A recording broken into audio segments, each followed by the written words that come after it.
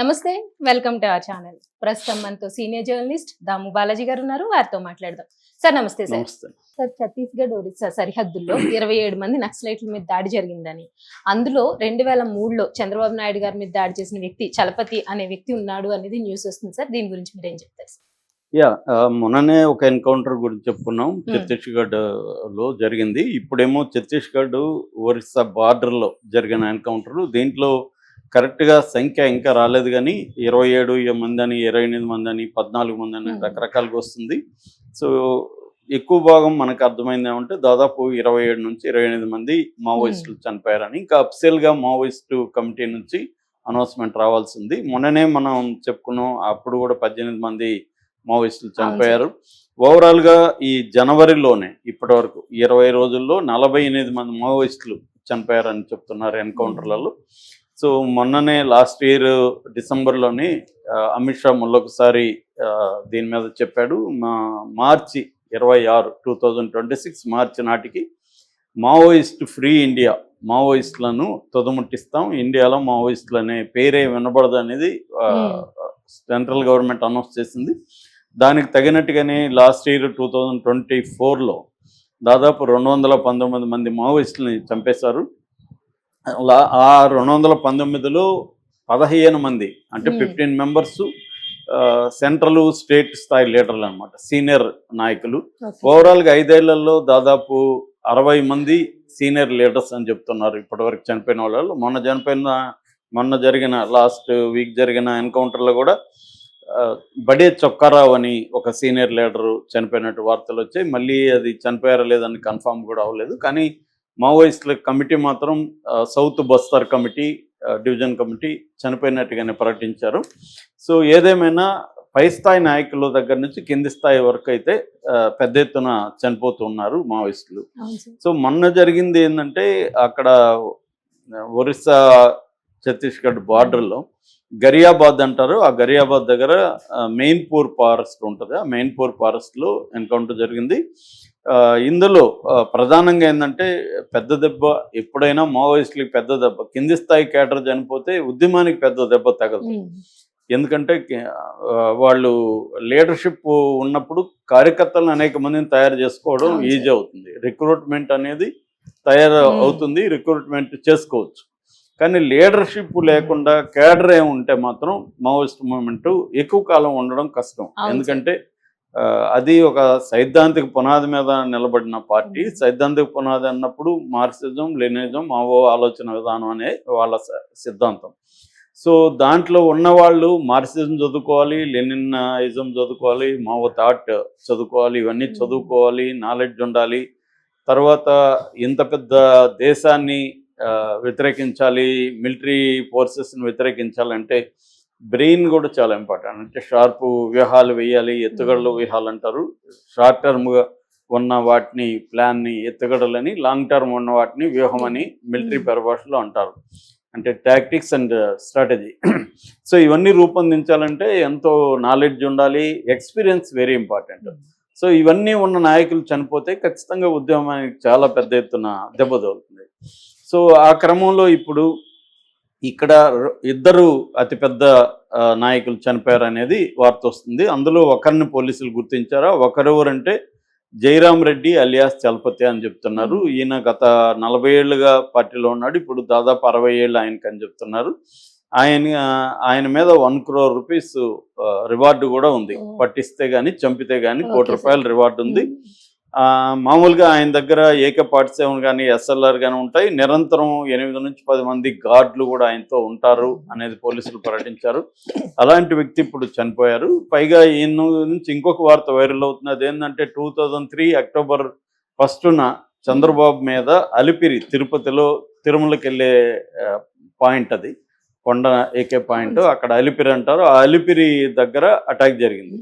ఆ అటాక్ వెనక ఈ జైరాం రెడ్డి అలియాస్ చలపతి ఉన్నాడు, ఆయన ఆధ్వర్యంలోనే జరిగింది అనేది కూడా ఒక వార్త వస్తుంది. ఎందుకంటే అప్పుడు నిజానికి అది ఒక చిన్న మిస్టేక్ వల్ల ఫెయిల్ అయింది, లేకపోతే చంద్రబాబుకి అది సివియర్ అయ్యిండేది.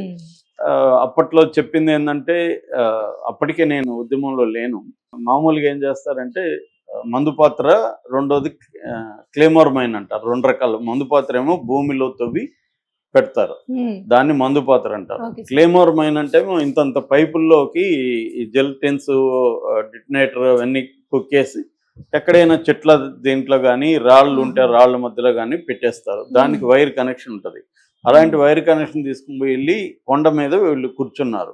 అక్కడ నుంచి ఏం చేస్తారంటే ఇది మామూలుగా దీన్ని ఆ స్పాట్లో దగ్గరకు వస్తుంటే ఇక్కడ నుంచి వాళ్ళకి ఏదో ఒక రకమైన సిగ్నలింగ్ ఉంటుంది.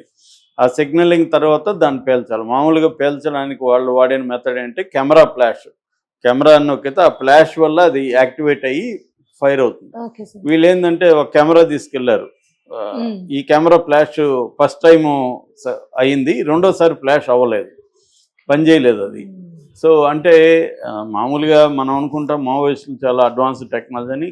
చాలా విషయాలు అడ్వాన్స్డే, కానీ చాలా విషయాల్లో చాలా పూర్ నాలెడ్జ్, మిలిటరీ నాలెడ్జ్ ఉంటుంది వాళ్ళకి. వాళ్ళ జంగ్ అనే ఒక మిలిటరీ పత్రిక వస్తుంది, అది అందరికి దొరకదు.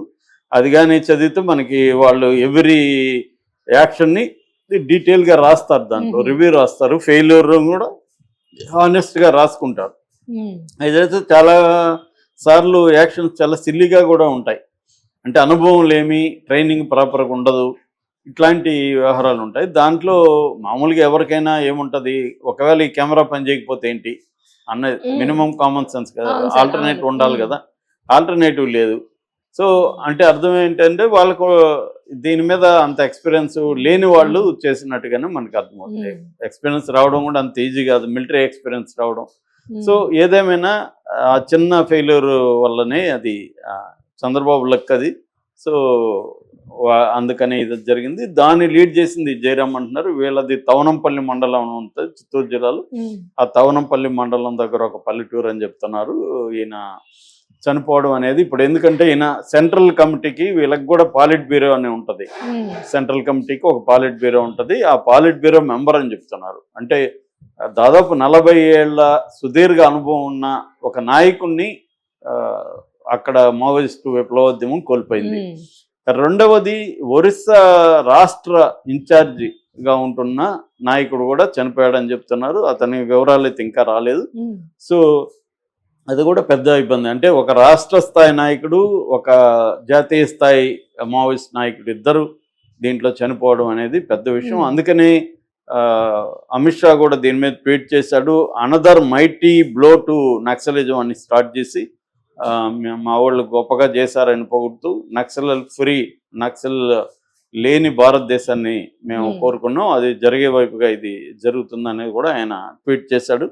ఇందులో ప్రధానంగా డిఆర్ఎఫ్ అంటారు. డిఆర్ఎఫ్ అంటే డిస్ట్రిక్ట్ రిజర్వ్ గార్డ్స్ అనే ఒక ప్రతి జిల్లాకి అక్కడ పెట్టారు ఈ మధ్య నక్సలైట్లు ఉన్న ఏరియాలో. వాళ్ళు పాల్గొన్నారు. అలాగే సిఆర్పిఎఫ్ అన్నమాట, రిజర్వ్ పోలీస్ ఫోర్సు. దాని తర్వాత కోబ్రా అని ఛత్తీస్గఢ్లో ఒక డిపార్ట్మెంట్ సపరేట్గా ఉంటుంది, కోబ్రా. దాని తర్వాత ఎస్ఓజి, ఒరిస్సాలో ఎస్ఓజి అని ఉంది, స్పెషల్ ఆపరేటింగ్ గార్డ్స్ అనమాట. ఈ 4 రకాల ఫోర్సెస్ దాదాపు 1000 మందికి పైన దీంట్లో పాల్గొన్నట్టు చెప్తున్నారు. అయితే పట్టుకొని వాళ్ళని అరెస్ట్ చేసే అవకాశం ఉన్నా కాల్ చేశారనేది విమర్శ అయితే వస్తూ ఉంది.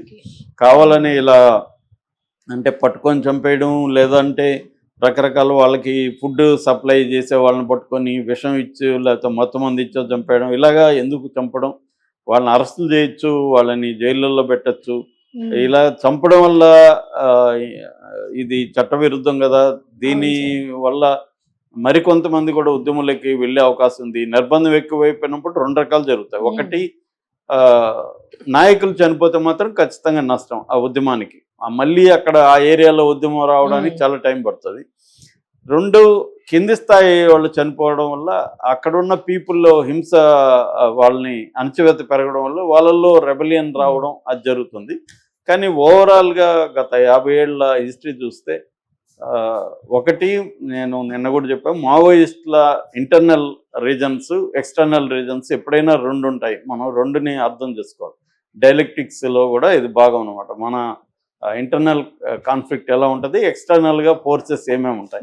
ఇంటర్నల్గా మావోయిస్ట్ మూవ్మెంట్ ఏమైందంటే ఆబ్జెక్టివ్ కండిషన్ని స్టడీ చేసి మనం ఏ గ్రూపుల్లో ఉన్నాము, ఎందుకు ఎక్స్టెండ్ కాలేకపోతున్నాం అనేది ఆనెస్ట్ గా రివ్యూ చేసుకొని దానికి తగిన మార్పులు చేసుకొని వెళ్ళాలి. అది జరుగుతున్నట్లేదు. సో దానివల్ల ఏమైనారు వాళ్ళు అంటే ఓన్లీ ట్రైబల్, అది కూడా నేను చెప్పాను ఇంతకుముందు కూడా, మొత్తం ఇండియాలో 500 రకాల ట్రైబ్స్ ఉంటే అందులో 50 రకాల ట్రైబ్స్ పీవీజీటీ గ్రూప్స్ అంటారు వాటిని, అంటే primitive vulnerable tribal groups, PVTG. ఆ గ్రూప్స్ 50 గ్రూపుల్లో మాత్రమే ఉన్నారు. అంటే అంతగా నేరో డౌన్ అయిపోయారు వాళ్ళు. విస్తృతమైన ప్రజానీకంలో వాళ్ళకి పట్టు కోల్పోయారు. సో అది ఒక ప్రాబ్లం. ఎక్స్టర్నల్ గా తీసుకున్నప్పుడు ఈ state government, central state governments పెద్ద ఎత్తున టెక్నాలజీ వాడి వాళ్ళని అటాక్ చేస్తున్నారు. ఇప్పుడు ఏంటంటే డ్రోన్స్ ద్వారా వాళ్ళ ఉనికిని కనిపెట్టేస్తున్నారు. దానికి వీళ్ళు ఏం చేస్తున్నారు, దాన్ని ఏమంటారు, స్నైపర్ యూనిఫామ్స్ అంటారు. స్నైపర్ యూనిఫామ్స్ ఉంటే డ్రోన్స్ గుర్తించలేవు. అంటే ఏ అడవిలో వెళ్తున్నారో ఆ